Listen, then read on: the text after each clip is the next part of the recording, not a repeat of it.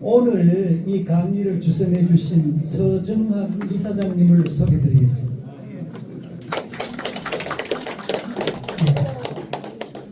고맙습니다. 그러면은 오늘 강의를 해주실 분을 소개해 드리겠습니다. 오늘 강의를 해줄 김도상 박사님은 대구시청에 오래 근무하시면서 어린이 회관 관장도 지내시고 또 대구 비안항교의 교화 장로도 계시고 문화예술진흥원의 인문학 멘토로도 활동하고 계십니다. 자, 그러면은 우리 시간을 아끼는 의미에서 지금 2시 2분이 되었으므로 우리 김도상 박사님을 바로 뜨거운 박수로 환영해 주시면 고맙겠습니다. 오늘 강의 주제는 선비 정신과 풍류, 그 조화와 균형, 그 균형과 조화, 선비 정신과 풍류, 그 균형과 조화라는 주제로 김도상 박사님 강의를 요청드리겠습니다. 네, 고맙습니다.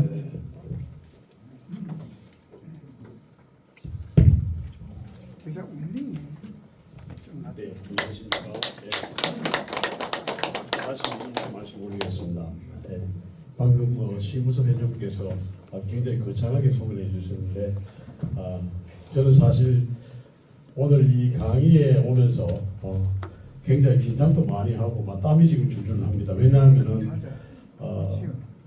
다 우리 담수회 그리고 신한국운동본부 인문대학원 가면은 다들 유림이시고 누구보다 유학에 대한 그 여러 가지 지식과 식견이 많으신 분들인데 저의 일천한 지식으로 여러분 앞에 서니까 떨리고 긴장되고 그렇습니다.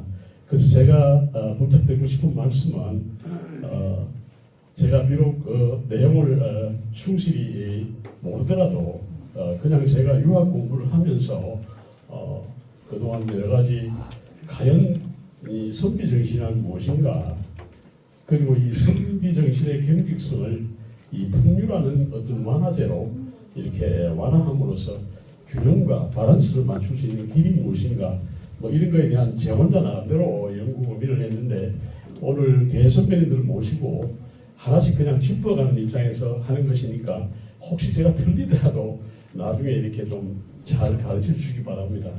예, 그럼 부족하지만 제가 강의를 한번 시작하겠습니다. 예.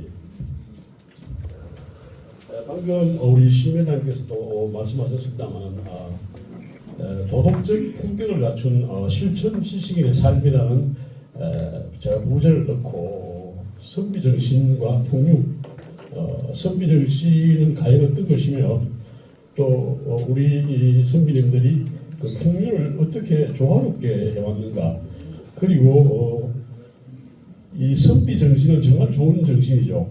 그렇지만 그 어떤 명과 암, 선비정신하고 다 밝은 것만은 아니었다. 특히 성리학을 건국 이념으로 했던 우리 조선시대에는 여러분 뭐 잘 아시는 많은 그 우리 사림들, 뭐 사화도 있었고 옥사도 있었고 그 다음에 뭐 붕당이 있었죠. 그런 모든 이야기들을 같이 한번 고민하면서 과연 이 선비정신의 공과 과는 무엇인가도 우리가 한번 짚어보는 마음으로 이 강의 임하도록 하겠습니다. 예.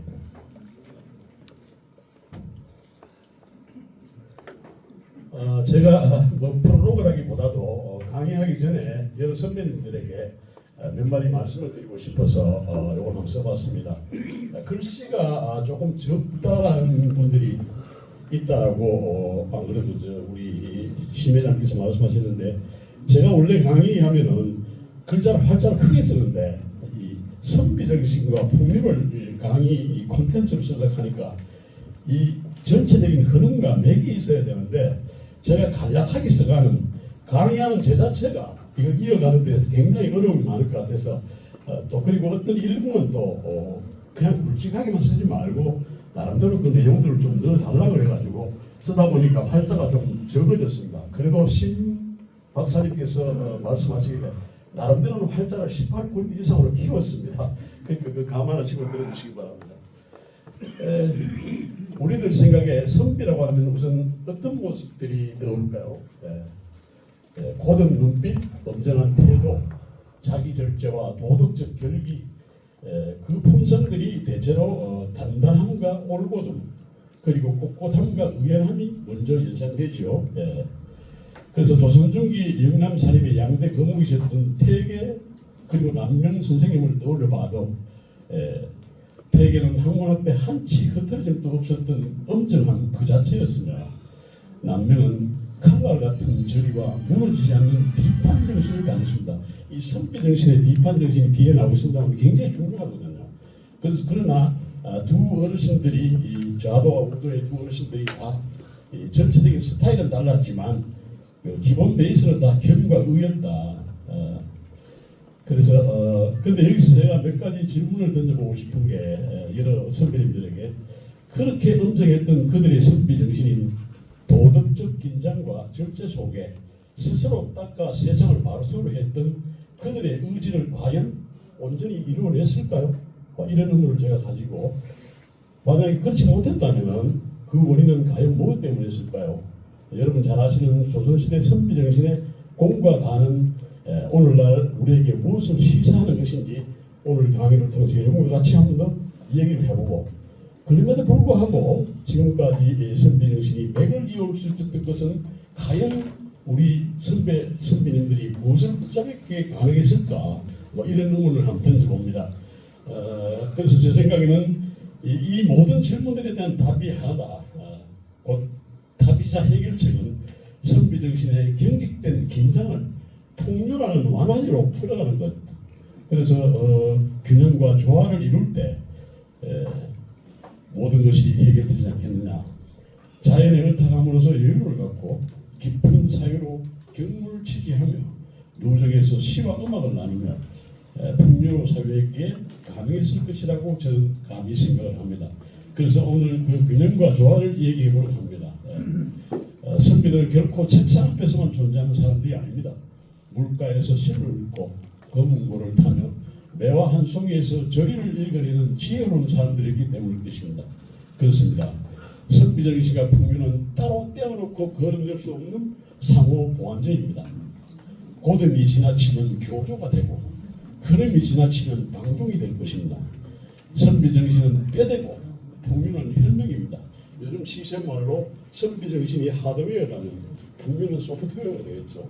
그래서 현대 선비정신은 바로 이 강한 도덕이 아닌 균형 잡힌 태도를 원하는 것이라 생각을 하면서 이 강의를 시작하도록 하고 있습니다.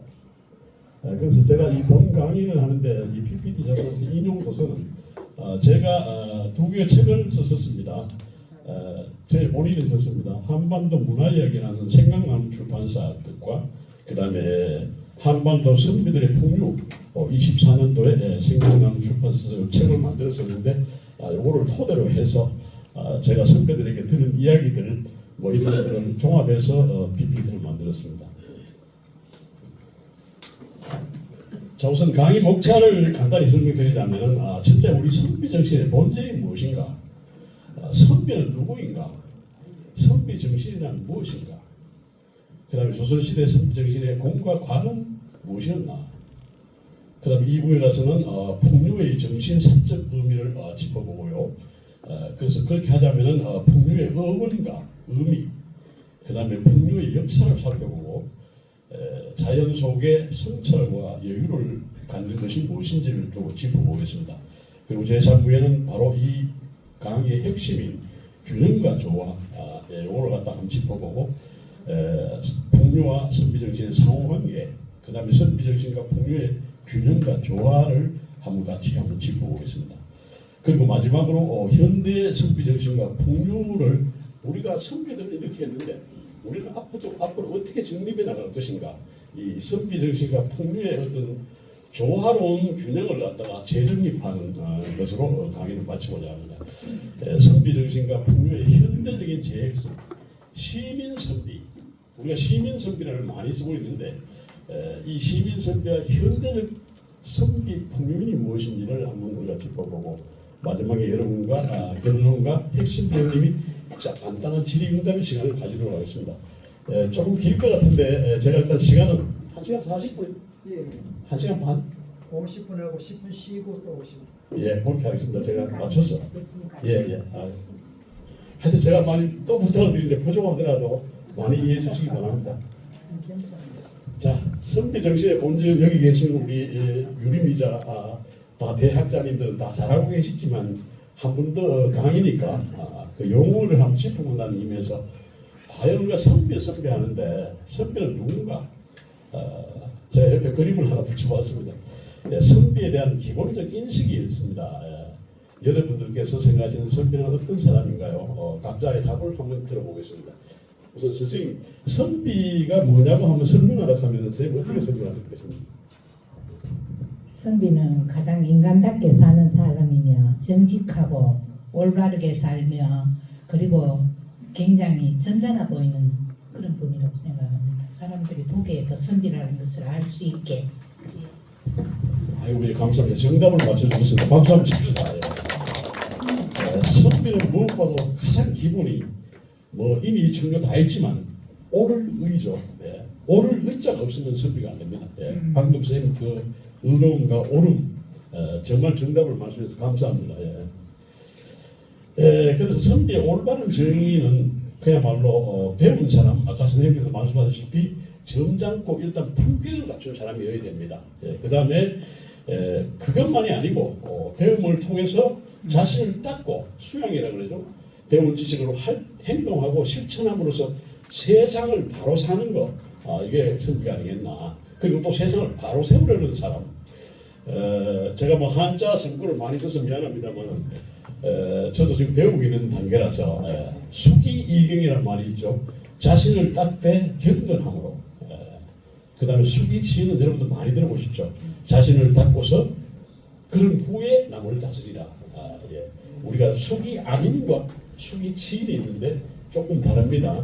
수기 아닌은 노무에서 하는 얘기고 수기 치인은 여러분 잘 아시는 맹자에서 하는 얘기죠.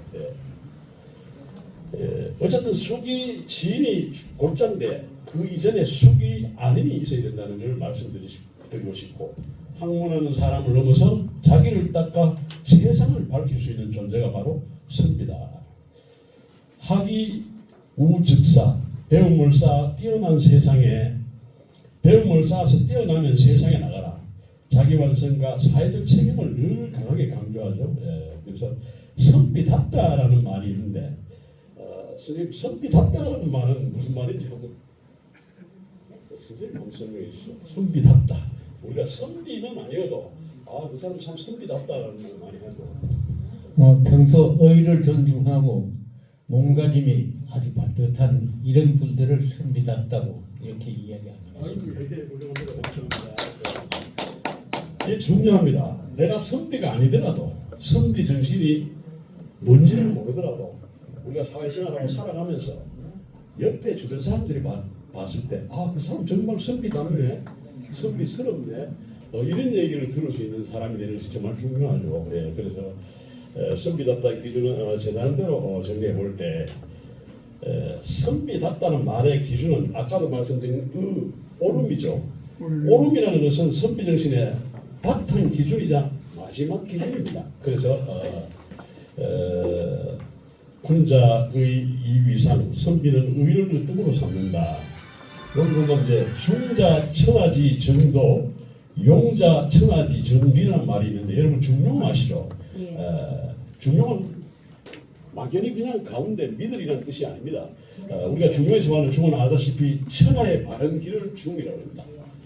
그 다음에 용은 그 지속 가능한 변치 않는 이치, 어떤 흔들림이 없는 그런 꿋꿋함을 용이라고 합니다. 그래서 중용의 그 의미를 따서 선비답다는 말을 제가 드리고 싶고 제가 여기서 제 간단히 제 부모님 말씀을 잠깐 드리겠는데 저는 고향이 경북 의성입니다.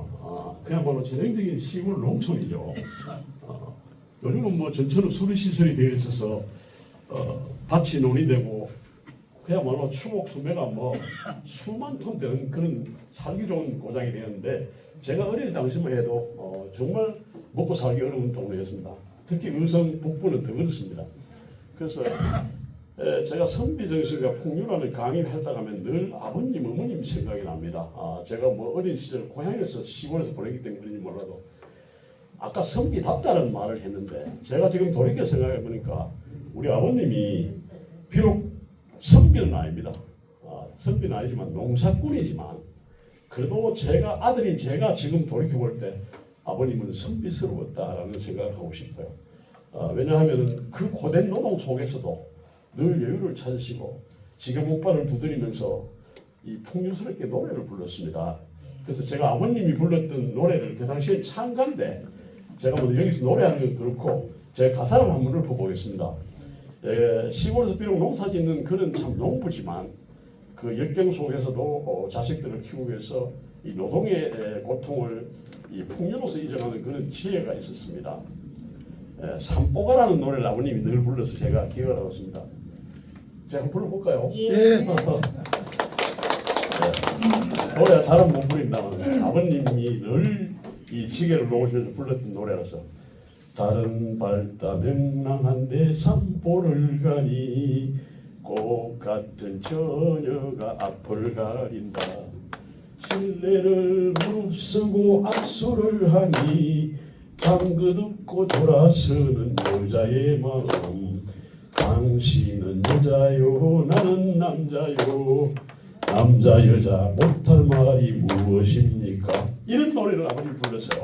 참 누가였다 싶은 생각이 들고 또 우리 어머님은 1928년생인데 2년 전에 돌아가셨습니다. 살아 계시면 지금 딱 백수입니다. 99세인데 제가 3년간 어머님을 모셨습니다만 그 어머님이 그 당시에 길상을 하면서 제가 외동이거든요. 무릎 위에 저를 앉혀놓고 이 물레질을 하면서 늘 불렀던 노래가 있습니다. 우리 어머님도 여자지만 풍요가 있어요. 그 당시 여러분 아다시피 우리 어머님은 일제시대 그 다음에 6.25 다 겪었죠. 1928년생이니까 그때 일본인들이 참 수탈하고 집차를 몰고 신장도를 다닐 때 그 나라 이런 아픔 인생의 고달픔을 이 어머님이 이 물레질을 하면서 창가로 부르더라고요. 제 나이가 돌도 안 지났는데 하도 그 창가를 많이 들어가 창가 아직 기억합니다. 한번 불러볼까요? 예.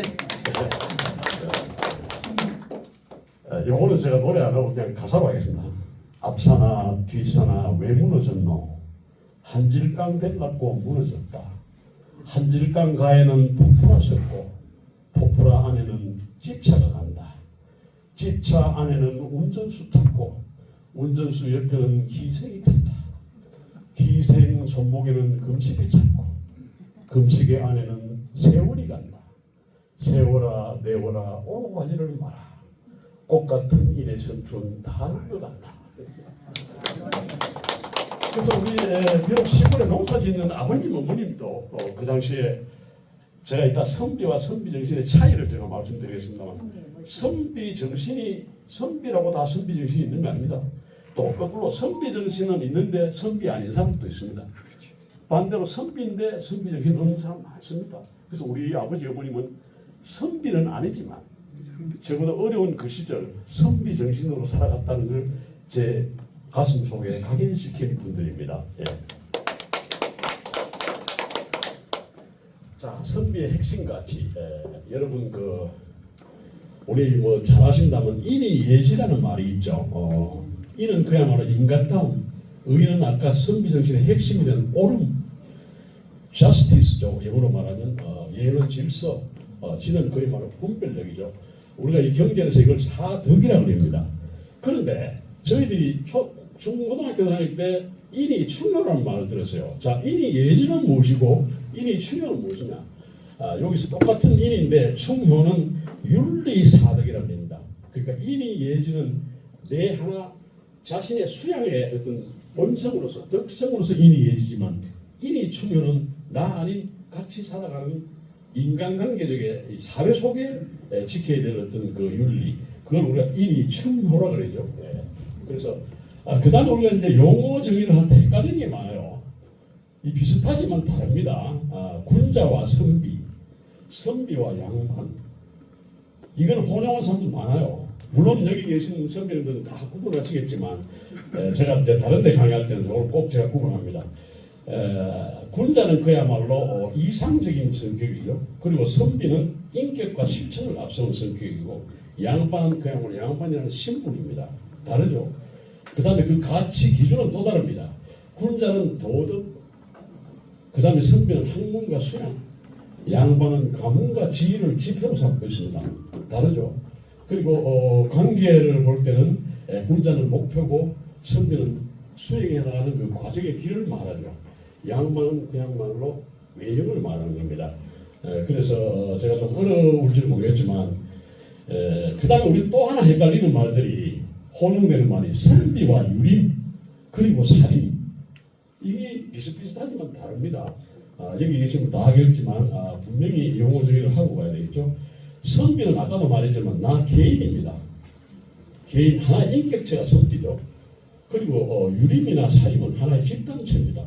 그리고 선비는 인격과 윤리를 강조하지만 유림과 살인은 사회 정치를 놓고 얘기하는 겁니다. 그래서 선비는 항상 나 자신에 대한 수양과 실천 그렇지만 나중에 우리 또 조선의 선비사가 나옵니다만 여론 형성과 정치 참여를 하게 되죠.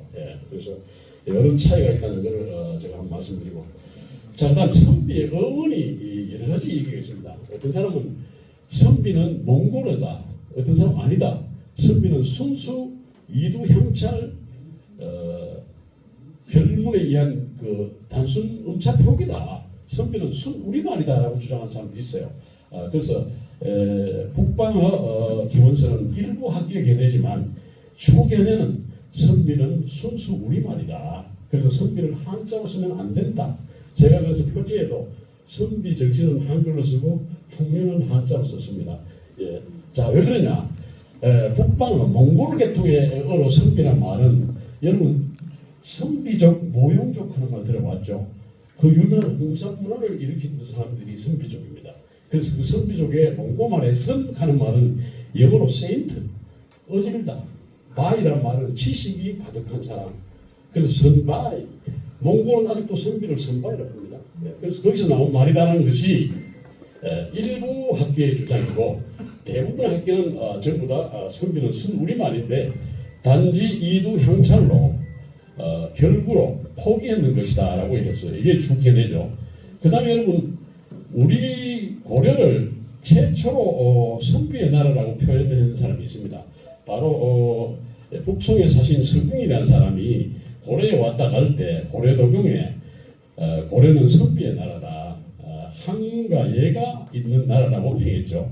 그래서 후대는 이 서궁에 선비의 나라라는 말을 이용해서 선비 사자가 있으니까 사로 쓰자라고 해서 서궁 이후 사자로 둘 다 썼습니다. 그래서 우리 선비 사자를 우리가 한자는 거의 다 상형 문자지 않습니까? 그래서 우리가 보면 설문해자에 보면 요 그림 있죠. 선비 사자는 위에 긴 핵은 하늘, 천계죠, 하늘이죠. 그러니까 이상과 이념과 도덕을 위에 긴 핵으로 하고 아래 짧은 핵은 땅과 살아가는 현실과 우리의 삶을 밑에 짧게 썼습니다. 그래서 그 가운데 섰는 것이 바로 뭐냐? 사람이죠. 그러니까 하늘과 땅 사이에 관통하는 바로선 인간, 이를 깨뚫는 인간이 바로 합한 것이 선비사다. 그러니까 하늘 아래 땅 위에서 꼿꼿이 올바른 의로움을 세우면서 살아가는 사람이 선비다라는 게 설문해자에 나오는 내용입니다. 그러니까 머리를 곧게 세우고 중심을 잡고 서 있는 사람이다. 하늘과 땅 사이에서 중심을 잡는 존재, 균형을 지키는 사람이다.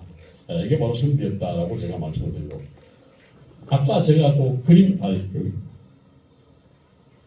요 그림이 있는데 요거 누가 썼냐면 추사가 요런 글자를 썼어요. 추사는 자기가 글자를 많이 만들어냈습니다. 추사 굉장히 여기 경주김씨 계십니까? 경주김씨죠? 추사는 사랑의 자를 우리 보통 그 발톱머리 간을 안 쓰고 선비 사자를 썼습니다. 그러니까 선비는 자기 의로움과 정직함으로 사랑을 받는 사람이 선비다라는 뜻으로 발톱머리 간을 안 쓰고 선비 사자를 썼습니다. 이 글자 하나만 봐도 선비의 의미를 알겠죠.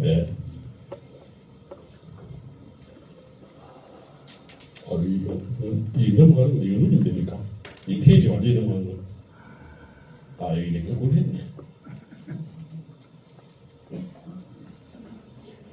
자, 선비의 기본 자세 뭐 이런 것들은 제가 뭐 시간상 빨리빨리 하겠습니다. 우리 다 아는 내용이기 때문에.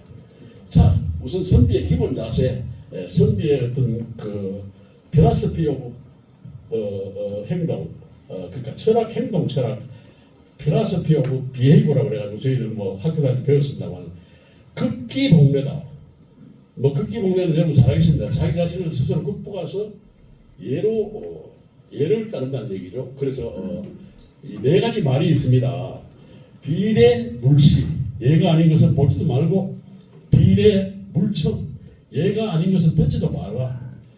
비례 물언, 예 아닌 말은 입에 담지 말고, 비례 물동, 예 아닌 행동을 하지도 마라라는 예가 정말 중요하죠. 예.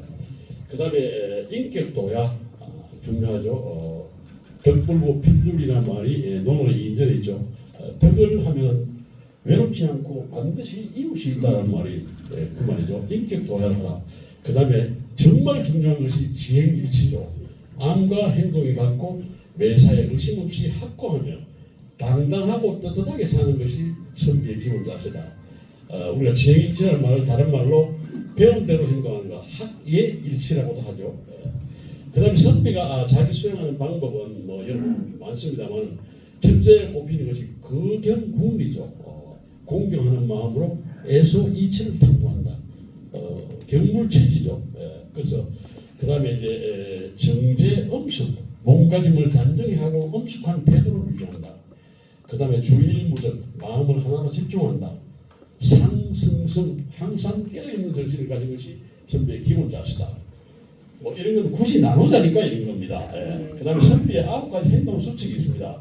이거 잘 아시겠죠? 치사면 볼 때는 분명한 것을 보고, 청사총 남의 말을 새겨 듣는가, 색사온 낯빛은 온화한가, 모사공 태도는 공손한가, 은사충 말은 성충실한가, 사사경 일은 신중한가, 의사문 의심만을 물어보는가, 남에게 모르는 걸 물어보는 거 이거 부끄럽게 생각하면 절대 안 됩니다. 저는 뭐 저보다 뭐 10살, 15살 이상 많은 선배님들과 자주 만납니다. 선배님들 만나면요 하나라도 배웁니다. 저는 제 동갑내기 친구들 절대 안 만납니다. 만나봐야 주식 투자해가 내 얼굴 묻다. 네, 우리 아들은 뭐 어디 있는데 뭐 돈 주고 아파트 큰 거 샀다. 전부 그런 얘기예요. 그래서 저는 동창들 모여는 별로 안 가고 10살, 15살 선배님들 만납니다. 여러분 잘 아실지 모르겠습니다만 제가 특정 인물에 대해서 미안합니다만 홍종원지라고 옛날에 매일신문 주필을 하시고 지금 문화예술의 관장 또 2번째 했는 그분이 있는데 그분 일주일에 제가 2번 만납니다. 그런 분들 만나고 오면요 도서관에서 3-5개 정도보다 훨씬 낫습니다. 우리 신우섭 선배님도 마찬가지입니다. 자주 같이 이렇게 놀러도 가는데 그분들 만나서 얘기를 나누고 오면 집에 오면 남는 게 있어요. 근데 친구들 만나면 남는 게 없어요. 우리 우리 친구이다 선배님, 이정우 선배님 오시네. 죄송합니다. 우리 이정우 선배님은 제 중학교 12년 선배입니다. 저하고 띠동갑입니다. 12년 선배인데 일주일에 한 3번 만납니다. 좀 거짓말인가 한번 물어보세요. 만납니다. 그래서 나 우리 선배님 나오신 줄도 몰랐습니다. 예. 선배님들을 만나면 한 개라도 배울 게 있어요. 그래서 제가 선배님들을 늘 존경하고 여러분 대구 도서관이라고 아시죠? 새로 생기는데 저는 늘 친구들한테 자랑합니다.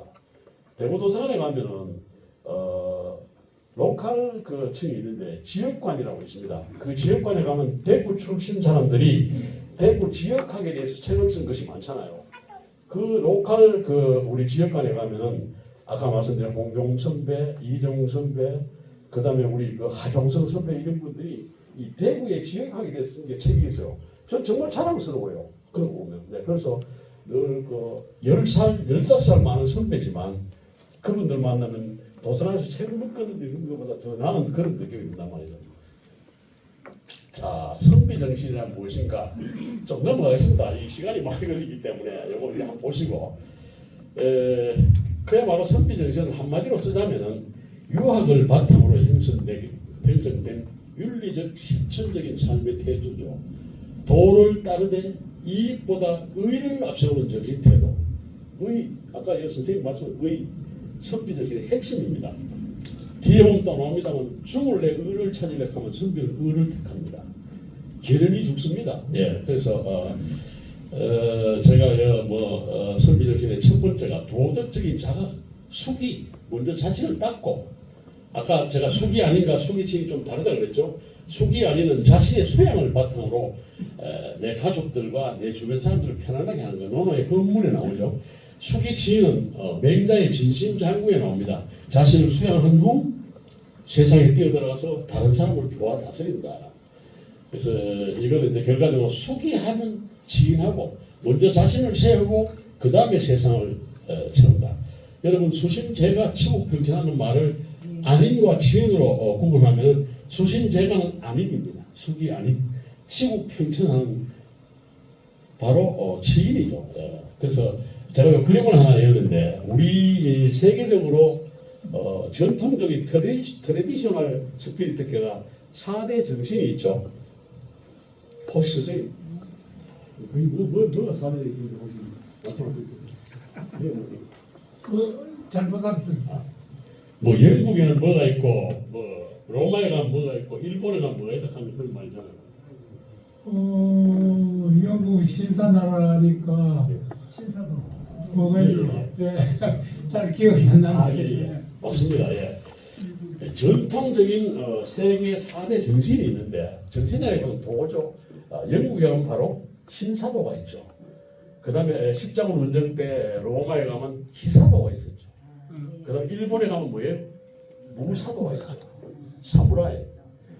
그 다음에 우리 한국에 오면 무엇입니까? 바로 선비도입니다. 선비도라기도 하고 유도라고도 하고 화랑도라고도 합니다. 예, 그래서 여러분 사람마다 생각이 다르겠지만 그럼 선생님 신사도는 뭔지 한번 말씀 좀 말씀해주세요. 신사도 양복 딱 입고 넥타이 따면 신사인데 신사도 하는 게 그러면 현실을 가르쳐야 합니다. 아이고 예, 고맙습니다. 맞습니다. 그 영어로 말하면 젠틀맨십인데 영국에 신사도가 있는데 신사는 그야말로 여러분 매너와 에티켓이라는 말 들어봤죠? 예. 보자, 자꾸 선배님들 물어봐서 죄송한데 선생님 저 매너와 에티켓 선생님 매너는 뭐고 에티켓은 뭐지 좀 차이가 있는데 매너는 도덕이고 네. 실천이고 그렇지. 하여튼 맞는 말씀입니다. 우리 신사도의 가장 기본은 이 매너와 에티켓이 있는데 매너와 에티켓은 다릅니다. 매너는 바로 우리 한국의 선비적 기가 비슷하죠. 매너는 뭐냐면 이제 그 옆에 예를 들면 그 몸이 불편한 사람이 있으면 내가 도와준다든지 이 호의를 베풀고 그 다음에 어려운 건 내가 뭐 짐을 들어서 이런 거 이제 매너죠. 이것도 이제 매너고 그 다음에 에티켓이라는 말은 좀 의미가 다릅니다. 그 사람 에티켓인데 그 사람 매너인데 하는 말은 분명히 다릅니다. 에티켓은 뭐냐면 금지된 행위를 잘 따르는 거. 그러니까 법을 준수하는 거. 예를 들면 잔디밭에 들어가지 마세요라고 편판에 붙었어요. 그럼 잔디밭에 안 들어가니까. 금지된 행위를 준수하는 것을 에티켓이라고 합니다. 그러니까 매너는 상대방한테 호의를 베풀어 주는 것이고 에티켓은 금지된 행위를 잘 준수하는 거죠. 에티켓이란 말이 원래 프랑스 베르사유 궁에서 나온 말이죠. 궁 앞에 있는 잔디밭에 함부로 들어가지 마시오라는 얘기인데 에티켓, 거기서 에티켓이란 말이 나왔죠. 이 두 개를 합한 것이 신사도입니다. 저희들 학창 시절에 당구장 가면은 액자로 말을 걸어놨어요. 명랑신사도. 그 다음에 이거 뭐 제가 기사도도 말씀 안 드려도 잘 알겠고 일본에 가면 무사도가 있죠. 우리가 사무라이. 여러분 사무라이라는 말이 경상도 사투리가 일본말 된 겁니다. 싸물 잘하는 아비. 그러니까 싸물 아비가 일본말로 우리 그런 게 많아요. 우리 경상도 사투리가 일본 가까우니까 넘어가서 일본말 되게 많아요. 사무라이도 우리 경상도 사투리로 싸움을 잘하는 아이라는 뜻입니다. 네. 자, 사무라이가 사무라이인데 사무라이는 뭐냐 정신이 금과 도의 정신입니다. 이거 시간이 가는데 하나만 더 물어봅시다. 선생님 대답 잘하시실 텐데 금과 돈은 어떻게 다릅니까?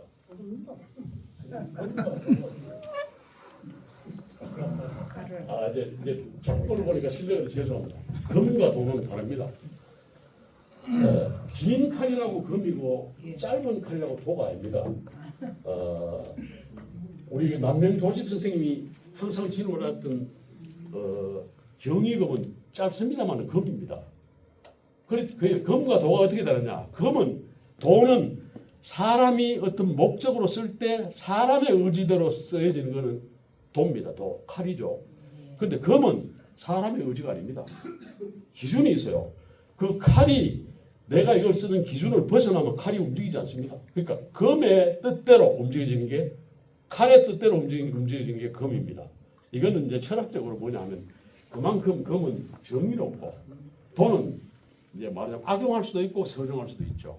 그래서 금과 도를 우리가 얘기하면서 이제 우리가 무사도라는 얘기를 많이 합니다. 그래서 시간이 없어서 더 이상 얘기를 못 하겠고요. 넘어가겠습니다.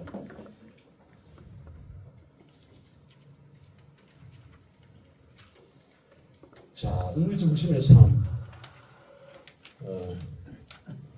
우리 이익보다 옳음을 택하는 태도가 바로 결리사의죠. 그 다음에 견미수명이라고 있죠. 너는 역시 너는 흥문편인데 견리사의. 내 앞에 이득이 보일 때는 항상 그 이득을 취하기 전에 이게 옳은 것인지 생각하고 의를 취하라. 이게 견리사의죠. 그 다음에 견리수명은 뭐요? 나 아닌 다른 사람, 내가 소속되는 나라가 위태로울 때 내 목숨을 던질 수 있는 그런 사람이 되어야 된다. 이게 다 의의 정신이죠. 여러분 여기 밑에 보면 이제 그 안중근 의사가 옥중에서 6편을 남겼습니다. 안중근 의사가 가장 좋아하는 말이 바로 흥문편에 나오는 결리사의, 견리수명입니다. 그래서 그만큼 맹자는 이런 말씀하셨죠.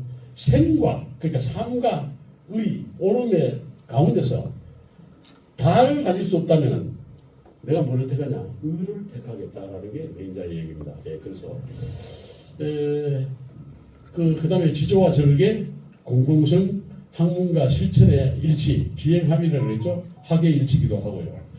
근데 여기서 뭐 상세한 얘기 제가 시간상 다 못 드리고 여러분 상촌 신음 선생님의 그 내벗이라는 그 한시를 아시죠? 제가 매화를 사진 하나 붙였습니다만 제가 이거 뭐 풍류강의하면서 주로 쓰는 말인데 칠언절구입니다. 무시게 뭐 사인을 못 보내는데 여러분 그 상촌 신음의 시가 있죠. 한시 칠언절구죠. 동천년노 항장곡이라 오동나무는 천년이 가도 항상 항장곡 내 마음속에 꼭지를 가지고 있다. 그 다음에 매일생한 불매향이라는 말 들어봤죠. 매화는 엄동설한 수위에서도 결코 자기의 향을 팔지 않는다. 이게 다 지조와 절개에 관한 거죠. 그 다음에 월도 천유 여본질. 아이고 선생님 잘하시네요. 달은 보름달에서 금음달, 조생달 아무리 바뀌어도 달이라는 본질을 결코 잃지 않는다. 이 본질 하니까 또 생각이 나는데 우리 몽자님 하신 말씀 있죠. 군자 무본. 군자는 본을 지키기 위해서 항상 열심히 애쓰라. 군자 무본. 그 다음에 또 군자 보본이란 말이 있죠. 열심히 애써서 자기의 본을 아이덴티티, 본을 지켜라라는 얘기죠. 그래서 그 다음에 월도천유 했죠. 그 다음에 또 뭡니까? 마지막으로 유경백별 무신지. 아이고 선생님 박수 한번 칩시다. 유경백별 무신지. 버드나무는 필가 김계식 선생님이십니다. 아유 예 감사합니다.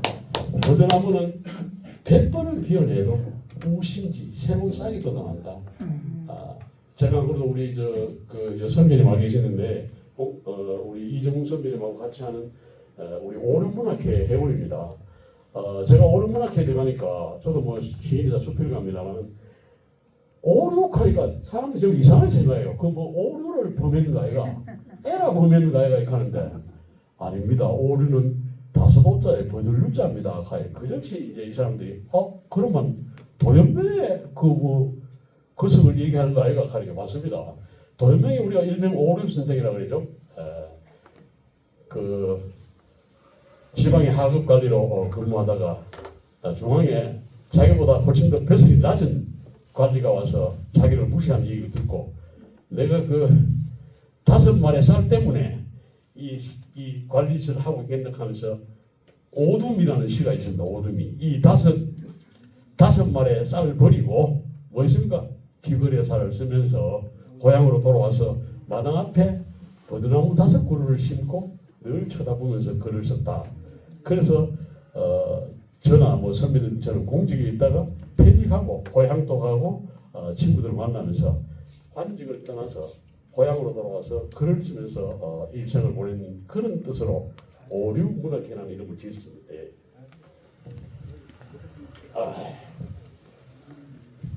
그러니까 선비 정신은 끝내 지켜야 했던 기준이고 그 기준은 부와 권력이 아닙니다.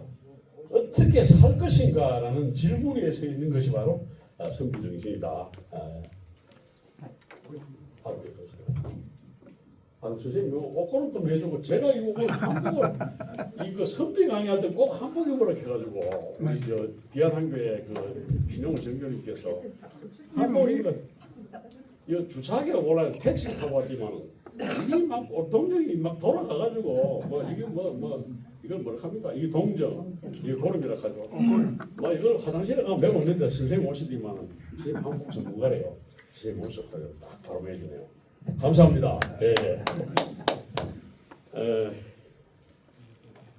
자, 좀 진도를 빨리 몇 시에 시킬 겁니까?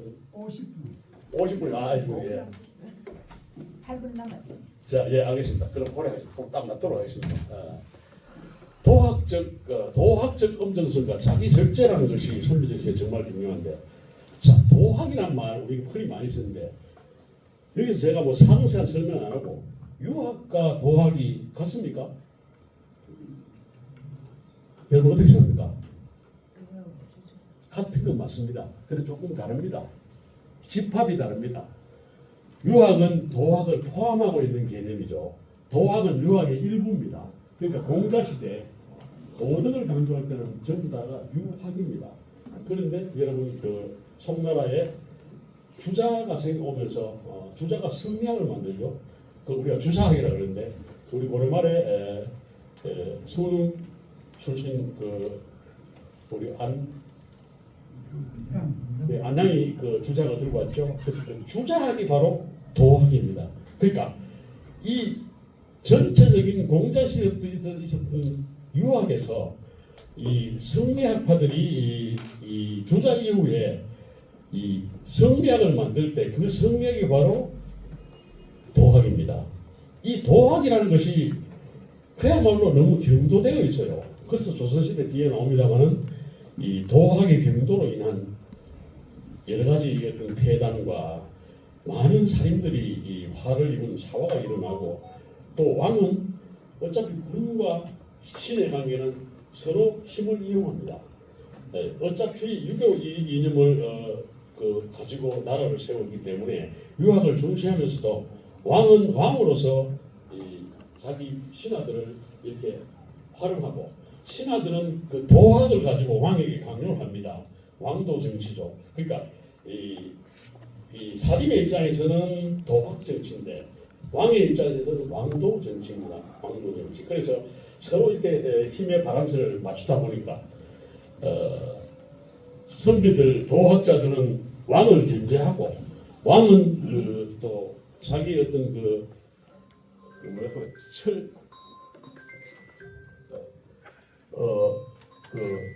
철인군주라는 말 들어보셨죠?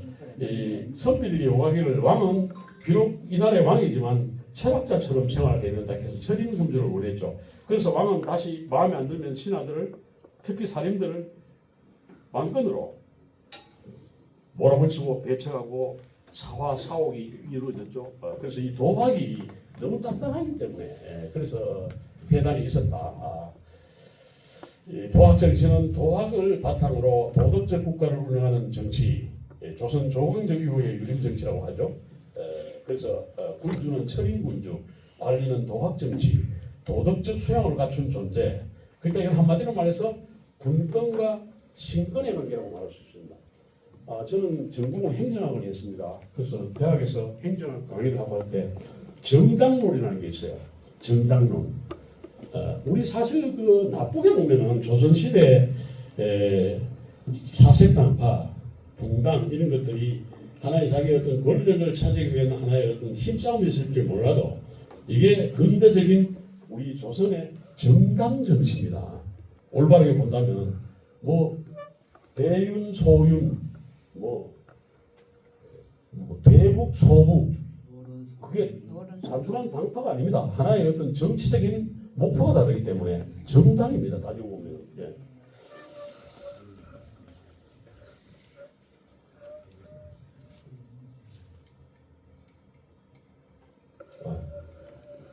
자, 여기까지만 하고 제가 좀 쉬었다 하겠습니다. 자, 그 다음에 선비 정신 중에 중요한 게 공론과 비판 정신입니다. 공론과 비판이 없다면은 선비가 아무 의미가 없죠. 예. 선비가 권력을 바로 세우기 위한 핵심 장치였다. 왜? 조선시대는 고려 말에 이 유교 이념을 바탕으로 나라를 건국하기 때문에 숭유배후 정책을 썼잖아요. 그래서 이 유교의 선비 정신의 가장 큰 하나의 그 필요악적인 그 하나의 장치가 바로 공론과 비판 정신입니다. 그래서 우리 사가는 대사원 다수 조광조가 벼슬이 뭐였습니까? 대사원이었죠. 대사원. 왕에게 직언하고 왕의 잘못을 똑바로 바라보고 하는 거죠. 네, 그래서 선비가 권력으로 바로 세우기 위한 핵심 장치였다. 공론은 사사로운 이익이나 공동체의 옳음을 따르는 의견, 개인이나 파벌이 아닌 공공의 기준. 공공의 기준이 뭡니까? 의죠, 의. 그래서 학문과 토론을 통해 형성되는 사회적 합의의 목소리가 바로 공론이다.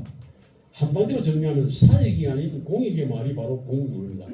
그 다음 이러한 공론이 일어나면 비판 정신은 뭐냐? 권력과 현실을 도덕적 기준으로 바로잡으는 태도죠. 왕과 권력자에게 직언을 서슴지 않는 그런 용기, 옳지 않으면 따르지 않는 도덕적 용기, 이런 것들이 다 공론과 비판 정신이죠. 그러니까 공론은 하나의 여론이죠. 기준과 방향이죠. 비판 정신은 그 기준과 방향이 어긋나면 비판을 실행에 옮기는 거죠. 네, 그것이 이제 비판 정신이죠. 제가 여기서 남명조색 얘기를 잠깐 하겠습니다. 여기도 제가 선배님들하고 같이 합천군 삼가면에 가면은 남명조식의 외갓집 마을이 있죠. 옛날에 다 선비들은 외갓집에서 컸잖아요. 그 가면 남명조식 갔는데 이 큰 돌판에다가 썼는 게 이게 뭔지 아시죠? 단성상소문입니다. 여러분 저는 남명이라는 사람의 제 사랑방에도 참 내명자 견 외잔자 의라는 족작 하나 들어놨습니다만 이 남명이라는 사람은 대단하죠. 그 당시에 여러분 잘 아시겠습니다만 우리가 4대 사화가 무오갑자는 연산군 때, 그 다음 희묘을사는 중종 때, 중종이 끝나고 난 뒤에 병정으로 인종이 일찍 죽었잖아요. 병정으로 들어가면서 누구 있었습니까? 수행청정하면 그 유명한 여자분 있잖아요.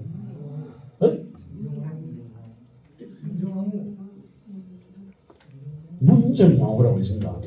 그러니까 이 명종이 나이가 어리니까 문정왕후가 뒤에 있었다 하는데 그때 이제 그 당시에 이제 대윤과 소윤의 싸움이 일어났죠. 그게 바로 을사사화죠. 그러니까 대윤이 참패를 당하고 소윤이 이겼죠. 그래서 윤원형이라고 아시죠, 여러분들?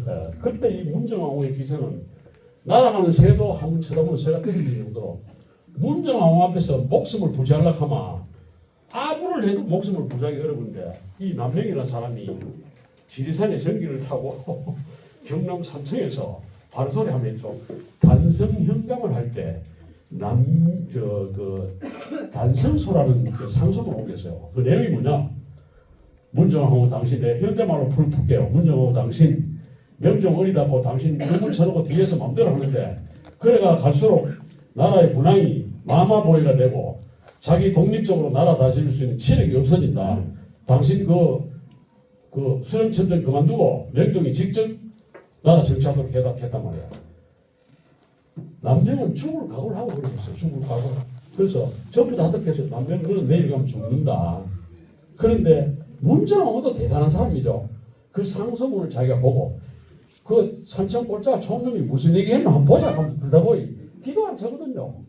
영의정도 감히 내한테 함부로 얘기 못하는데 단선 현감이 당신 그따위 행동하지 마라 하고 써놨다고 그래.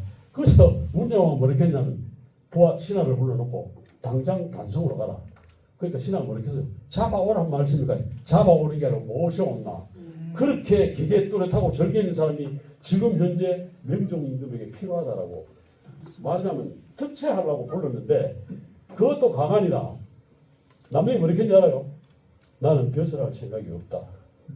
그래서 그 길로 문정호 그 서슬 그런 문정호가 조정으로 땡기려 하는데도 다 버리고 지금 여러분 아시는 시천에 산천대에 가서 후광양성을 했죠.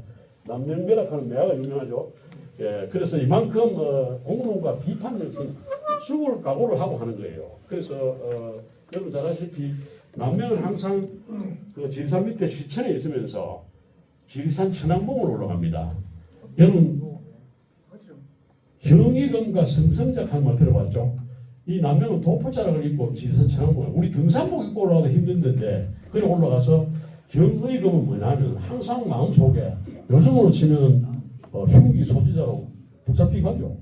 항상 경의금과 그 성성자를 따라가다는 성성자는 뭐냐면 항상 내 마음이 깨어 있어라. 경의금은 내가 조금이라도 경과 의를 지키지 못하면 내 목숨을 끊을 정도로 이 심판의 잣대를 경의금이라는 칼로 자기 몸속에 지니고 다녔어요. 그래서 천왕봉에 올라와서 뭐 이렇게 했습니까?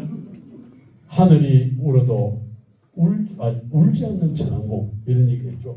자 여기까지 하고 5분 쉬었다 하겠습니다. 아유 너무 지루하죠. 그 지식이 일천에서 안 그래도 아까 그 제가 하나 정정하겠습니다. 그 남명 조식 단성소 얘기할 때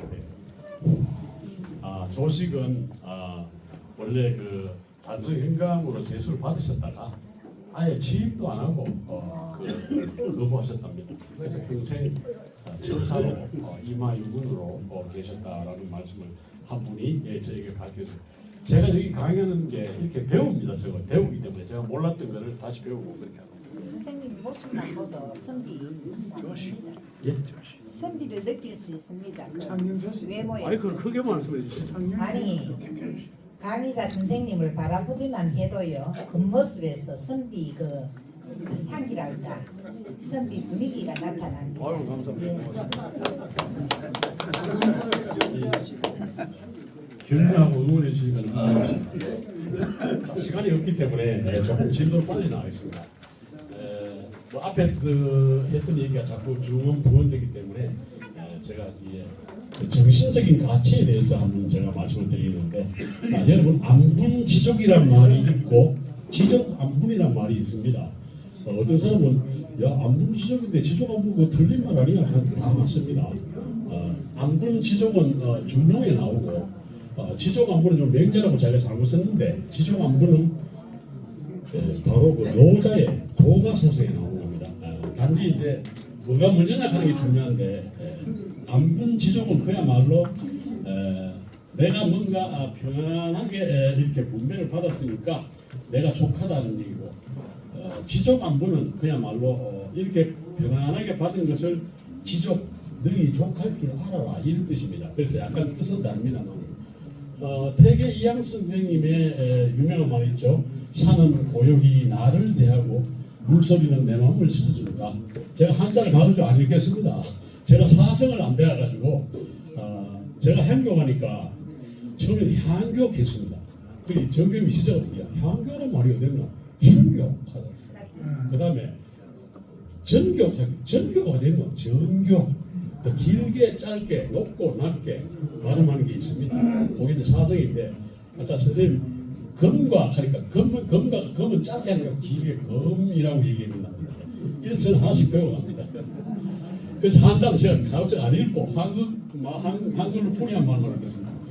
다산정약경의 말이 있죠. 마음이 고요하면 만물이 고요해지고 마음이 밝으면 만물이 환해진다. 그다음 여러분 추사 김정희의 그 세한도 제한문 중에 추운 겨울이 되어서야 소나무와 잣나무가 늦게 시들음을 알 수 있다. 학문의 끝이 없으니 목가에 선 듯 얇은 얼음을 밟는 듯하다라고 추사 선생님이 말씀하셨어요. 근데 저는 추사 선생님 얘기할 때 늘 하고 싶은 말이 저희들 뭐 이게 뭐 경전에 나오는 말은 아닙니다만 우리 흔히들 그 유학을 공부한 사람들이 그 공자가 말씀하신 인생 삼락이라는 게 있고 맹자가 말씀하신 군자 삼락이라는 게 있어요. 그리고 추사가 말한 역시 인생 삼락이라는 게 있어요. 그래서 제가 뭘 뭐 잠깐 짚어보자면은 여러분 공자님이 하신 말씀 중에 인생 삼락이 있죠. 다들 아시는데 한 번 더 짚어본다는 의미에서 첫째가 뭡니까? 공자 학이 시습히 불영예로. 두 번째는 뭡니까? 유붕이 자원방매하니 불역락고가. 세 번째는 뭐죠? 인부지불은 불역군자호화라는 말이 있죠. 여기 이제 우리가 일반적으로 말하는 공자의 인생 삼락, 맹자는 군자 삼락이라 그래가지고 첫 번째는 뭡니까? 네, 첫 번째가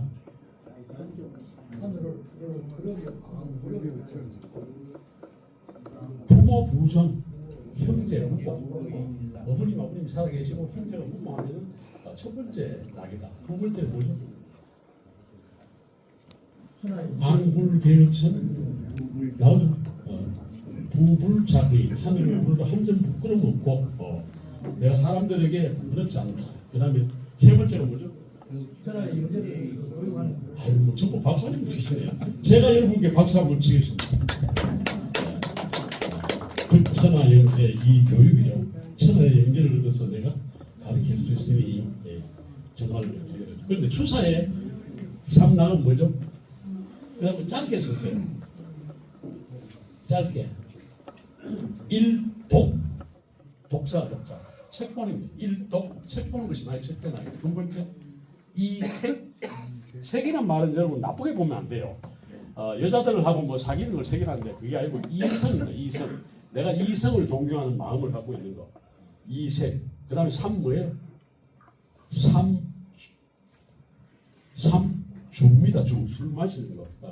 그러니까 추사 김정희는 그 제주도 기양살이 하시면서 항상 책을 읽고 내가 비록 실제 인물은 아니지만 가상의 나의 이성을 생각하면서 사랑하는 연민의 마음을 갖고 있는 거. 세 번째는 내가 술을 한 잔씩 하는 거. 요게 이제 낙이었다. 그 외에도 뭐 다산 정양에 낙도 여러 가지가 있습니다. 그래서 우리가 말하는 그 사회성이라는 것은 역시 그 경천애인 맹자의 진심장국에 나오는 하편에 존중과 사랑, 그 다음에 청빈낙도 이거 논어의 옹야편에 나오는데 청년과 도덕이 바로 낙이다. 그 다음에 선우 후락 어렵고 힘든 일 내가 먼저 솔선해서 하고 좋은 일은 남에게 양보하는 것. 이게 이제 선비의 정신이다. 이게 안 넘어가네. 오늘이 제대로 안 넘어가네.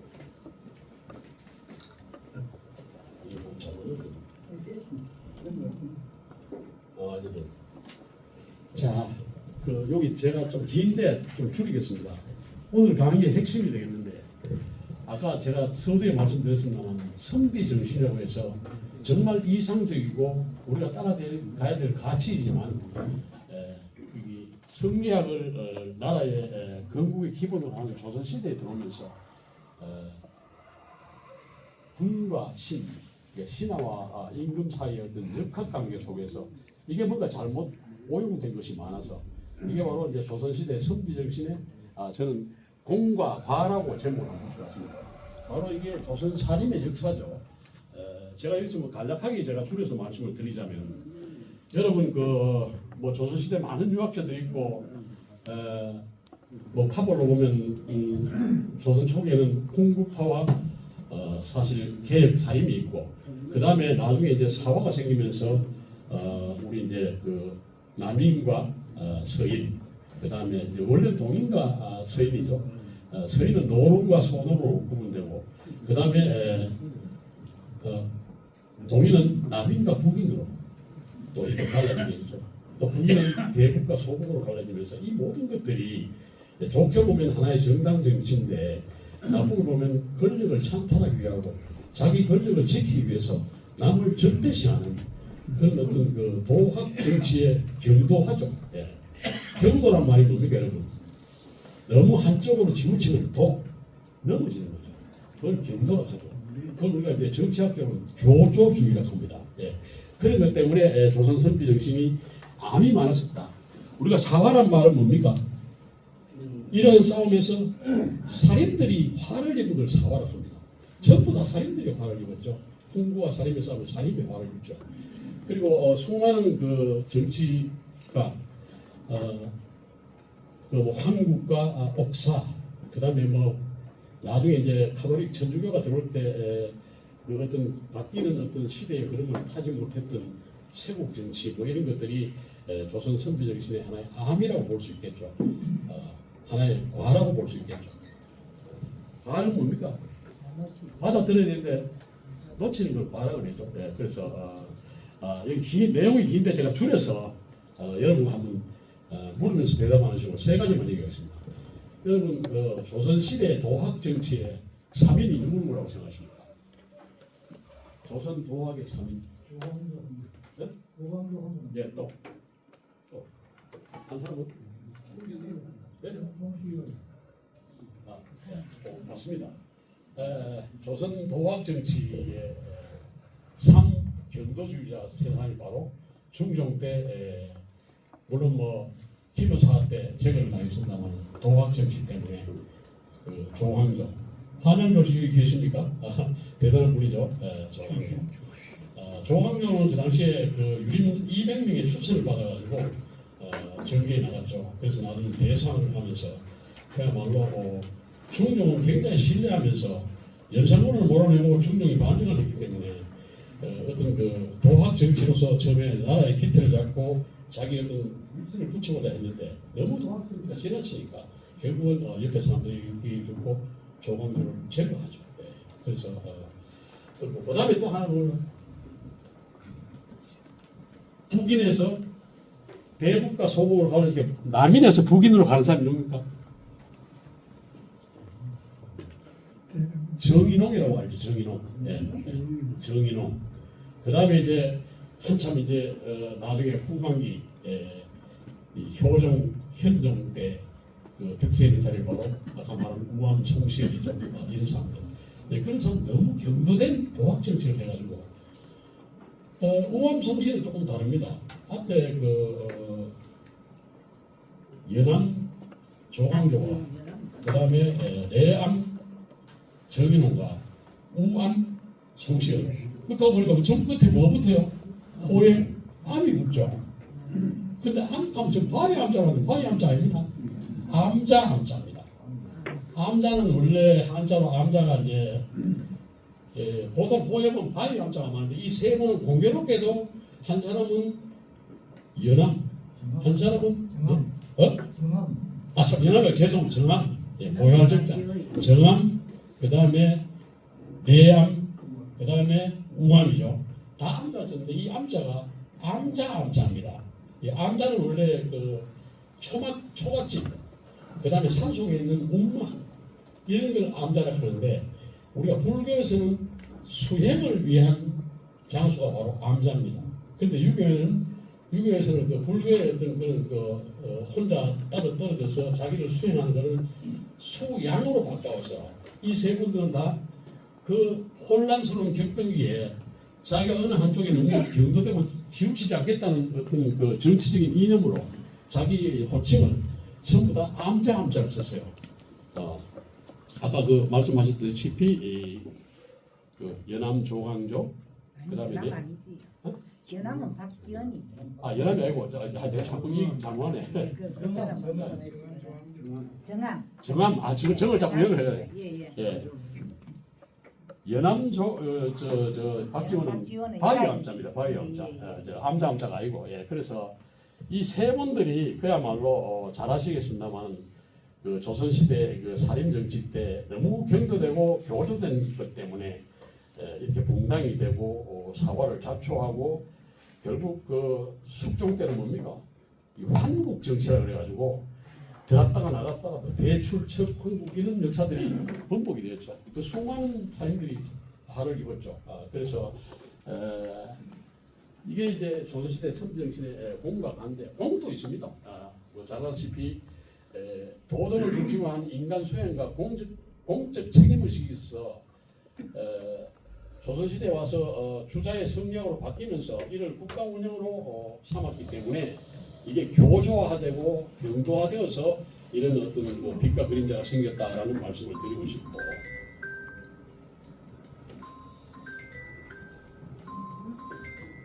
선비정신의 공은 그야말로 선비정신의 빛이죠.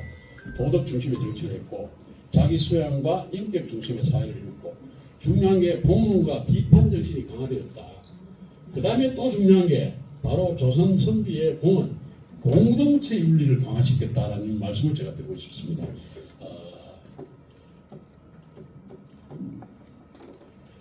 조선 선비 정신의 이제 과를 짚어보자면 하나의 그림자죠.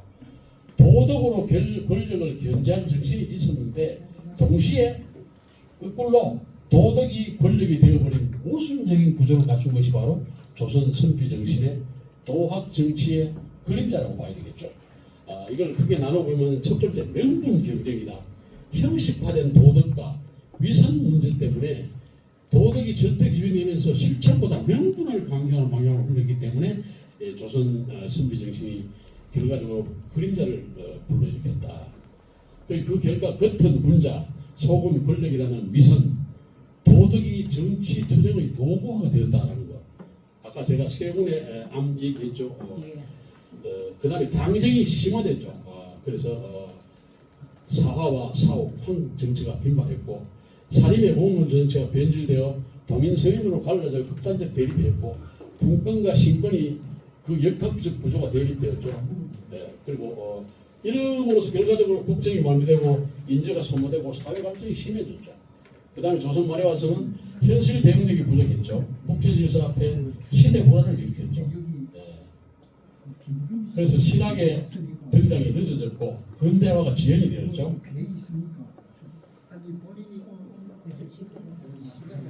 그 다음에 또 안 좋은 게 배타설과 신분고차. 우암송씨는요. 우암송씨 은진송씨죠. 송설이 어떤 분입니까? 충청도 양반이라는 말이 루테 나왔습니다. 충청 지금의 대전쪽에 가면 회덕이라고 있죠. 회덕. 회덕이라면 유성이 있죠. 유성은 바로 선비가 머무는 성이라는 뜻이에요.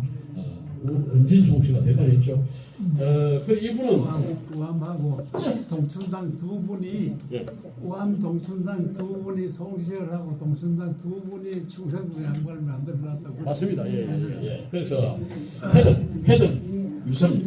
그래서 이 송시열은 너무 경도된 나머지 그 당시에 이 송시열은 효정 임금의 가정교사였습니다. 요새 말로 말하면 인조 반정이 일어난 다음에 인조의 아들 서울세자는 중국의 청나라의 볼모로 잡혀갔죠. 그래서 나중에 효정이 복림대군이지 않습니까?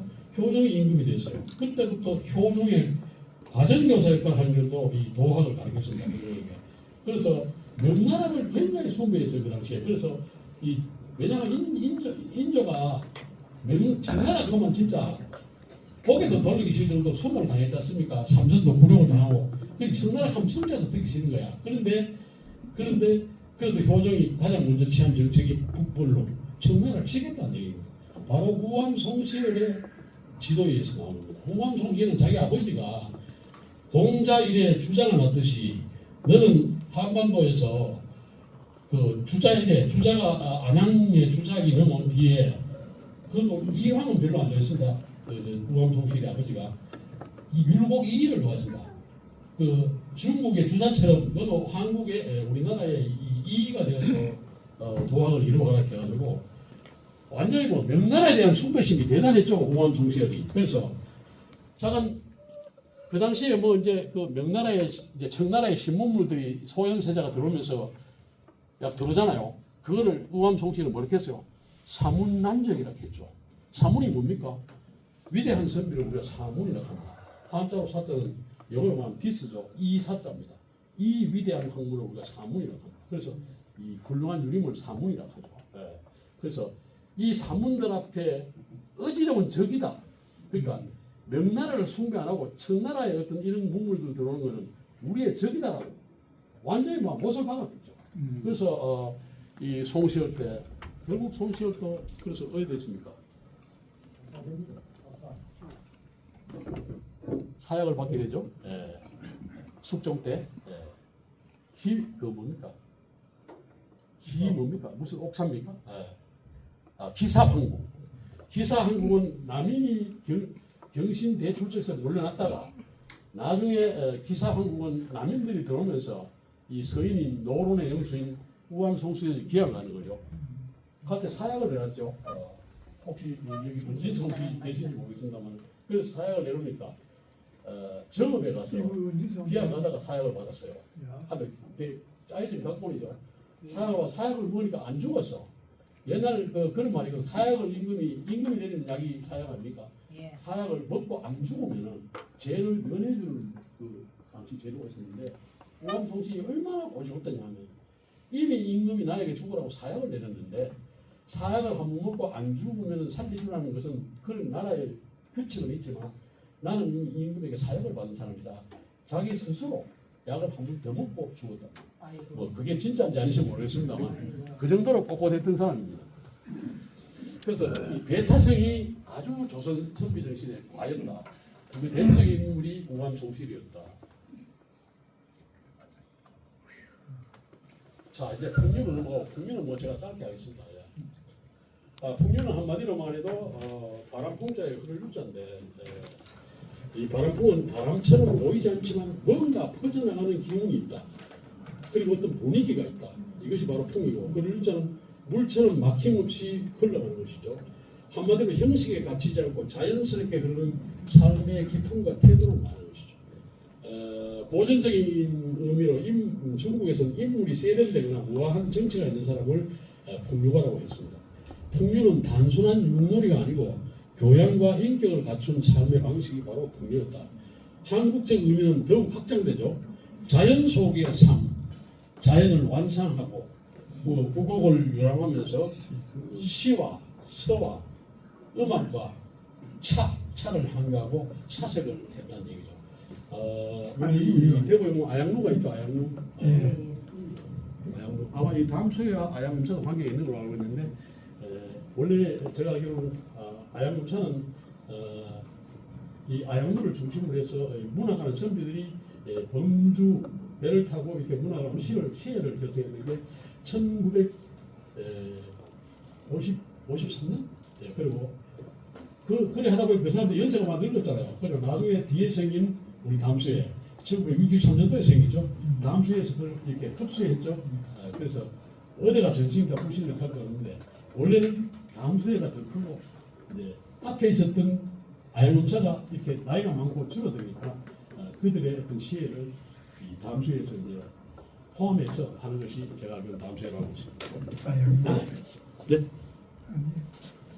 그리고 이제 아양루 얘기를 하면서 제가 궁금하게 됐는데 여러분 아양의 뜻은 다 아시죠? 백아와 종자기 얘기 들어보셨죠? 백아절일이라는 글이 있지 않습니까? 옛날에 그 춘추시대에 백아라는 사람이 아주 원래 출신은 청나라 출신인데 춘추시대 진나라에서 큰 관리를 했죠. 하면서 이렇게 늘 이 풍류가 있어서 이 음악을 악기를 이렇게 하고 있는데 이 백아가 악기를 하면 그 백아의 악기를 읽어내는 사람이 없어요. 근데 나무꾼이 아주 선비인 종작이라는 사람이 이 백아가 이 음물을 옆에서 그걸 읽어내는 거야.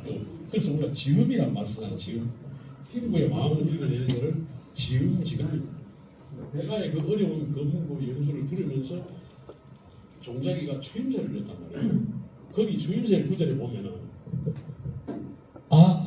호지 제고산 그 높은 산은 산 높은 한자입니다. 매 산자에 나왔던데 호지 제요산 높은 산 산의 기운은 제고산, 저 높은 산에 있고 양양호지 제유수라.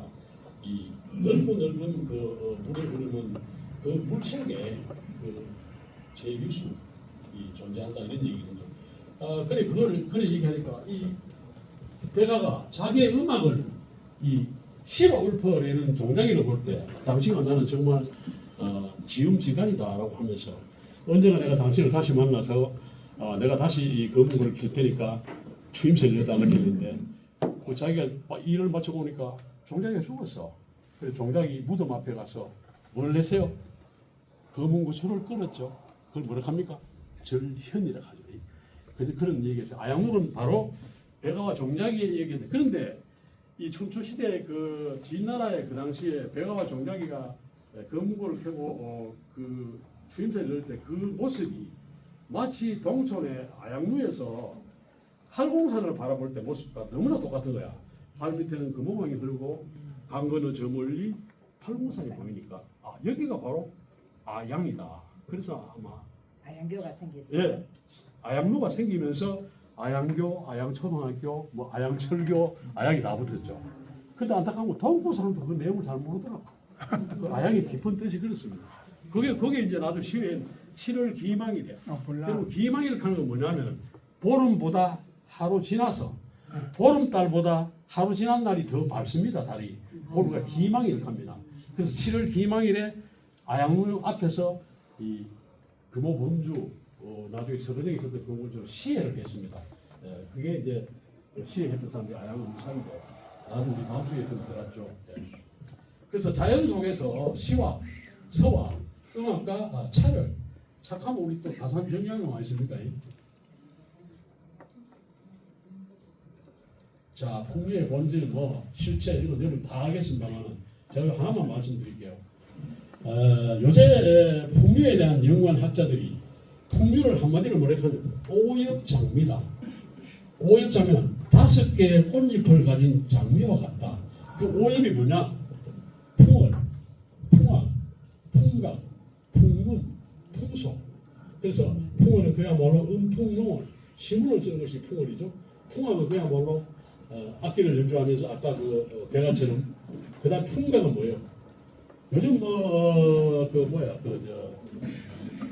장구 치고 한 그 누굽니까? 저 유명한 가수 박서지가 뜬 이후에 요새 저 어디 축제에 가면 막 완전히 풍수에 예. 각설이 한사도 말이에요. 풍각 일종의 어딜 말하면 각설이죠. 유랑풍악이죠. 풍문은 이제 바람에 들어오는 소식. 요즘을 말하면 이 풍문이란 말이 바로 시사입니다. 시사. 저널리즘이죠. 시사죠. 풍속은 예로부터 내려오는 생활 습관이나 사회 문화죠. 여러분 성균관이라는 말이 무슨 뜻입니까? 성균관은 바로 이 말의 준말입니다. 성인재 균풍속. 그러니까 사람을 인재로 성양성하고 균풍속 여러 풍속을 고루고루 체득하도록 하는 게 성인재 균풍속입니다. 이 말을 줄여서 성균관이라고 합니다. 성균관 대학은요?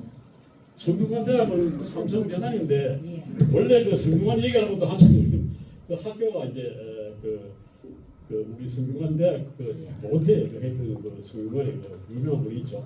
그런 관계고 재단은 이제 삼성이었고 그래서 성균관이 바로 말 이름이 성인재 균풍속 다 풍류에서 나온 말이다. 그래서 오늘날의 풍류를 오해하거나 왜곡해서는 안 된다. 풍류는 단순한 놀이가 아니라 자연과 예술 속에서 도를 체득하는 행위가 바로 풍류다.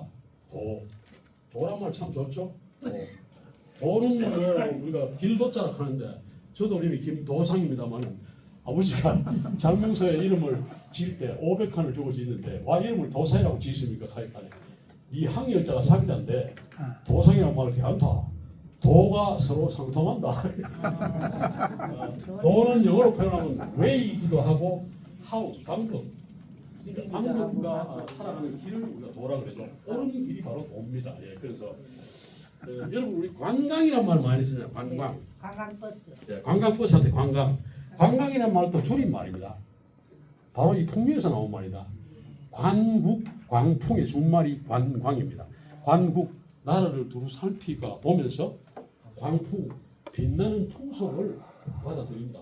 완국강풍이라는 풍류 용어 속에서 줄여가지고 오늘날 퓨어리즘 관광이라고 합니다. 예, 그래서 그리고 참 우리 한국관광공사 사장이 했던 독일 그 구텐베르그 대학 나온 이참이라고 하는 사람 알죠? 원래는 이름은 이참이 아니고 뭐였죠? 이한우였습니다. 기하하면서 이름을 한우로 바꿨는데 왜 한우로 바꿨냐? 한국을 도와주겠다는 말로 한우라고 했는데 늦게는 한국에 내가 참여하겠다는 말로 이참이라고 했는데 외국인이 한국관광공사 사장을 한다 하면 대단합니다. 그래 그분이 뭐 우리 한국 관광 공부도 많이 했고 그분이 했는 말이 유명한 말이죠. 한국에는 풍류가 있다. 한국의 풍류는 뭐냐? 세 글자로 기, 흥, 정. 그러니까 기상과 흥과 따뜻한 정이 있는 게 한국의 풍류다. 그래서 그 이참이 말했는 기흥정이라는 말이 있었습니다. 예. 자, 이것도 넘어갈게요. 이거 다 아시는 거기 때문에. 자, 풍류의 실행 내용은 바로 자연 풍류, 산수 풍류죠. 산수 유람을 하면서 자연 속에 마음을 비우는 거. 그 다음에 예술 풍류, 시서 음악, 그 다음에 교육 풍류, 서로 교류하는 것이죠. 우리 그 대구의 그 유명한 그 유학자 여러분 한강정구 선생님이 그 제자들을 낙동강에 배를 타고 어디까지 부산 동네까지 갔죠. 그래가지고 그런 이제 이 배를 같이 탄다는 거, 범선 동죽하는 개념 뭐냐면 배 위에 타면은 배가 더비해지면 죽어도 같이 죽고 살아도 같이 사는 어떤 결속을 의미하는 겁니다. 이 선비들의 결속, 범선 동죽. 그러니까 낙이 불륜, 애이 불상, 즐기되 방탕하지 않고 비록 내 마음이 애상하고 슬프더라도 마음 상하지 않는 것이 풍류입니다. 시간이 다 되는데 자 풍류의 역사를 잠깐 살펴보면 풍류는 바로 우리 뭐 어떤 학자들은 풍류가 천부경에서부터 시작되는 게 풍류다는 말까지 했는데 제가 볼 때 거기까지 너무 지나친 비약 같고 우리 신라의 화랑도가 바로 풍류도죠. 최치원의 난랑 비서문에 보면은 부규 현묘지도 완풍류라 나라에 현명한 도가 있으니 이를 풍류라 한다 라고 난랑 비서문에 적혀 있습니다. 여기서 현자는 거물 현자가 아니고 가물가물할 현자입니다. 현묘 뭔가 뚜렷하진 않지만 가물가물하게 보이는 도가 있다. 그게 바로 풍류다라고. 우리 그 부산에서 일본 가는 그 안에 중간에 바다에 있는 걸 현해탄이라고 하죠. 검은 바다는 뜻 아닙니다. 가물가물하게 끝이 안 보이는 바다. 여러분 그 중국에 가면 아무르강 있죠. 아무르강 중국 사람은 흑룡강이라고 하죠. 그 표기 잘못된 겁니다. 어떻게 하다 하면 현룡강이 되는 그리고 태계 이황의 시가 여기 나오는데 그 태계 이황의 청량산가가 있죠. 다 아시죠? 청량산가. 청량산은 그 태계가 청량산은 우리가 크게 12봉우리가 있는데 이 태계 이황이 66봉이라고 해서 왜 그랬을까요? 12봉우리라고 바로 써보면 외부 사람들이 들어서 알고 청량산을 더 높일까 싶어 암호로 66봉이라고. 그럼 12봉이 되잖아요. 66봉. 그래서 청량산 66봉을 안위 나와 백구야 헌사할사 못 믿을 손 도한다. 도하야 흐르지 마라. 어주자 알까 하노라. 여기서 어주자는 바로 물고기 잡는 어부자. 청량산에서 계곡을 따 내려가면 무슨 강이 있습니까? 안동댐 낙동강. 낙동강의 상류에서 있습니다. 거기 이 복숭아꽃이 내려가서 물고기 잡는 어부가 보면은 이 아름다운 그 청량산의 경치를 알고 찾아내서 청량산을 더 어렵을까 싶어서 그래서 그렇지.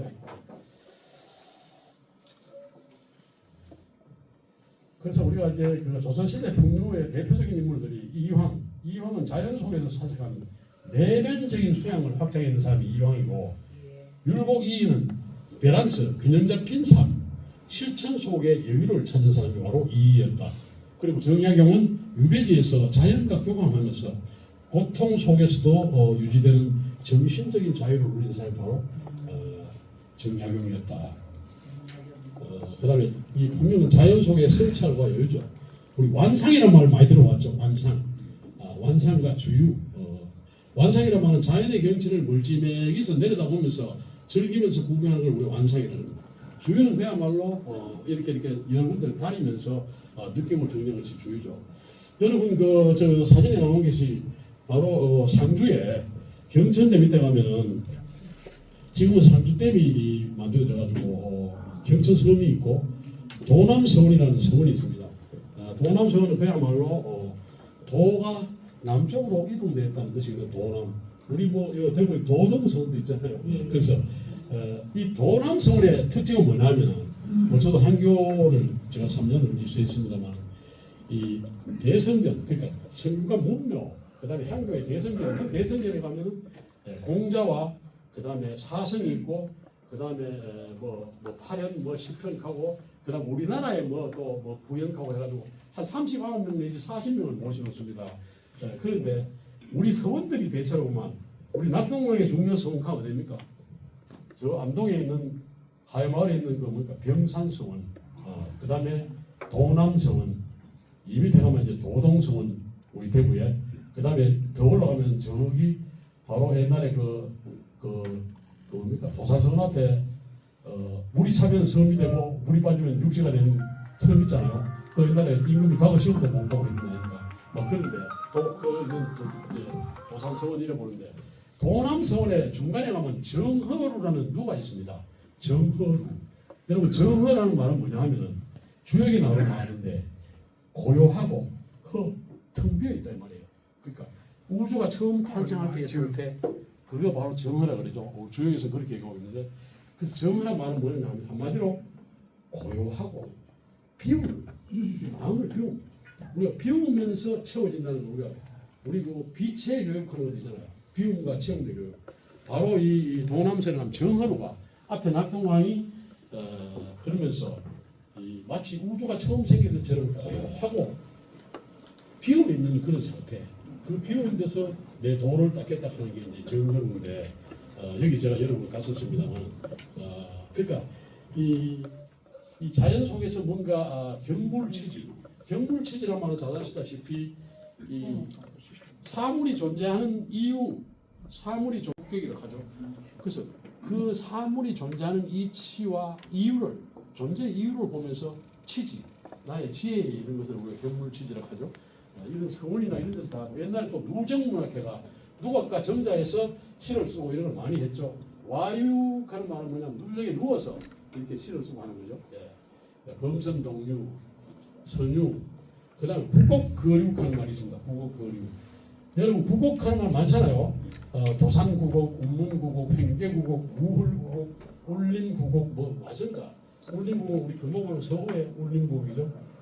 우리 경상도에서 가장 먼저 구곡이 생긴 게 바로 청도 우문사에 있는 데 있는 운문구곡입니다.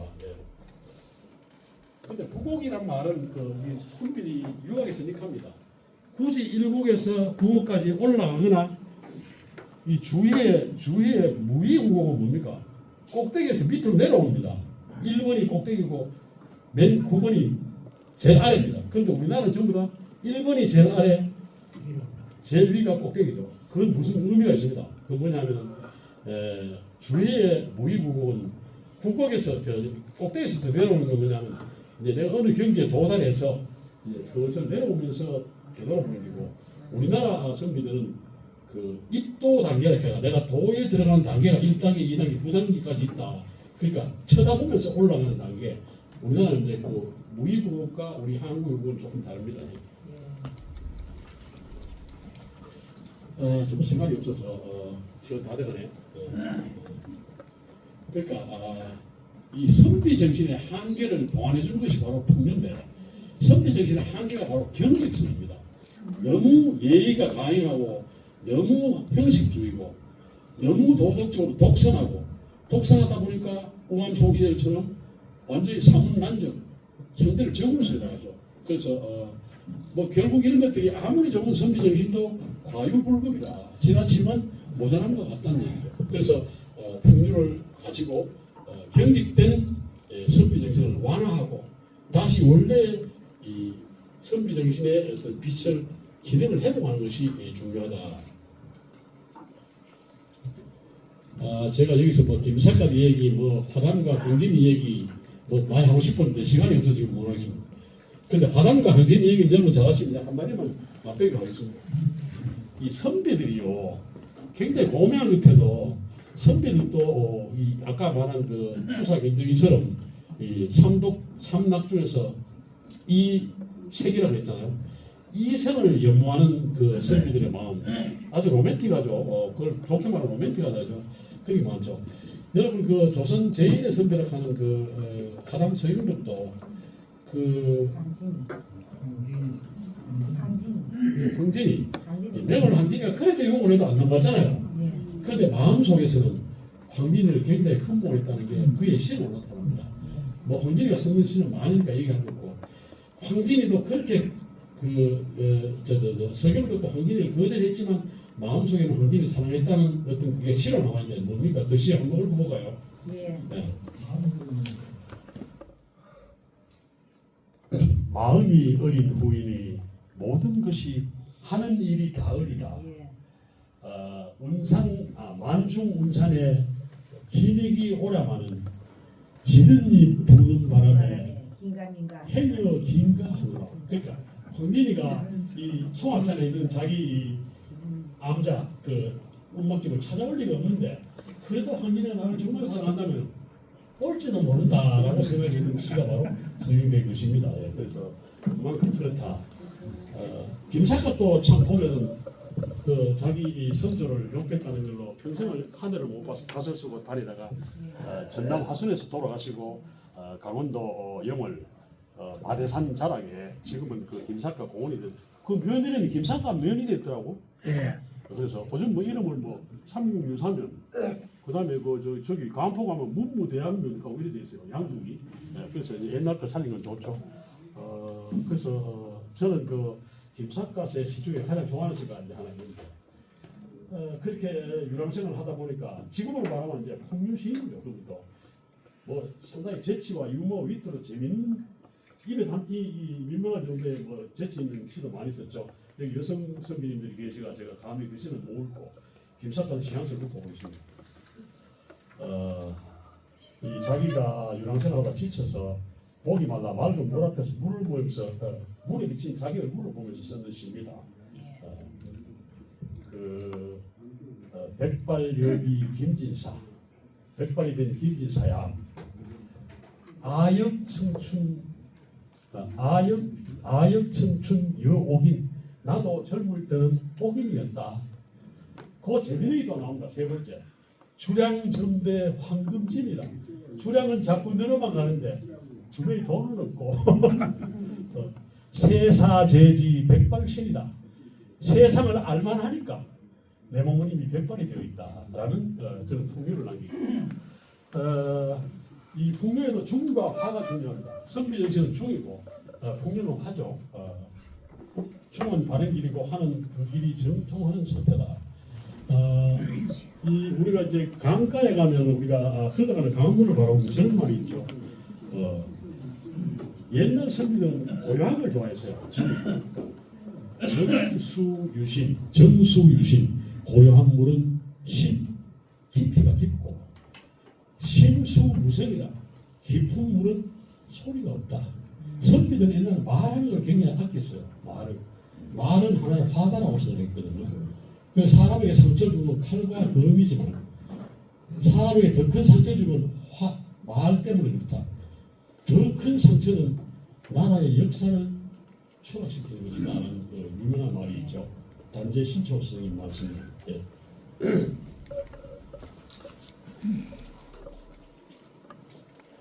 자, 이러한 선비정신과 풍류를 현대적으로 우리가 재정립을 한번 봅시다. 오늘날 우리들은 도덕적 엄정함과 풍류의 여유 이 두 축을 선상에서 밸런스죠. 균형을 이룰 수 있는 삶을 원한다. 그런데 오늘의 우리는 어떻습니까? 원칙은 있지만 여유가 없고 자유는 있지만 책임이 없다. 시대 속에서 우리는 어디에서 있다고 스스로 생각하십니까? 우리가 스스로에게 물어보고 답은 바로 옛 선비정신과 풍류를 오늘날의 시대에서 균형을 맞추고 조화를 이루는 것이다. 그러자면 이 도주적 정신을 현대적 의미로 재해석해낼 수 있어야 된다. 그래서 선비 정신과 풍요 관점에서 바라보는 우리의 문제는 과잉 도덕주의, 너무 자기를 검색하고 검열하고 타자를 비판하고 요새 뭐 SNS 이런 데서 나오면 얼마나 비판합니까? 그래서 일단 과잉 소비주의, 돈 모은 사람들 요새 돈 없어도 벤츠 차 타고 다니면서 그래 먹고 놀아 내려가면 굶어 죽어도 과잉 소비주의 이것도 좀 문제다. 그래서 선비 정신과 풍요의 관점에서 균형 회복이 절실한 시점이다. 자기 성찰의 회복, 선비 정신이죠. 자기 삶의 여백을 확보하는 것, 회복하는 것, 이게 바로 풍류죠. 예. 그래서 선비와 현대적 선비, 풍류인 이게 정말 중요하죠. 그래서 균형의 철학을 가진 품격인이 되어야 된다. 선비 정신만 있으면 교조주의로 그리기 쉽고 풍류만 있으면 허무적 유의와 쾌락주의로 갈 수 있다. 그래서 긴장 속에서 균형이 만들어내는 품격, 고등 위에 흐름이 얹힐 때 품격이 생긴다. 이런 말씀을 드리고 싶고 현대 시민의 태도는 원칙은 단단하게 하되 태도는 유연하게 해라. 그 다음 비판은 날카롭게 하되 품성은 부드럽게 해라. 그 다음에 시민 선비로서 현대적 풍요인의 삶의 태도를 가지도록 하자. 뭐 이런 얘기 됐습니다. 그래서 오늘 뭐 장황하게 제가 행선 수선하고 심지어 뭐 옳지 않은 얘기도 많이 해서 선배 여러분들께 너무나 죄송하고 제가 모두에 말씀드렸다시피 저는 조금이라도 배운다는 입장에서 여러분들에게 제가 이런 어떤 선비 정신의 빛과 그림자를 여러분들 한번 끄집어 내봤고 또 여러분들이 그건 맞다라고 이렇게 좀 인정도 해주시고 그래서 저는 오늘 강의가 저희 목표대로 참 만족합니다. 여러분 별로 변변치 못한 강의를 끝까지 들어주셔서 너무너무 감사합니다. 고맙습니다.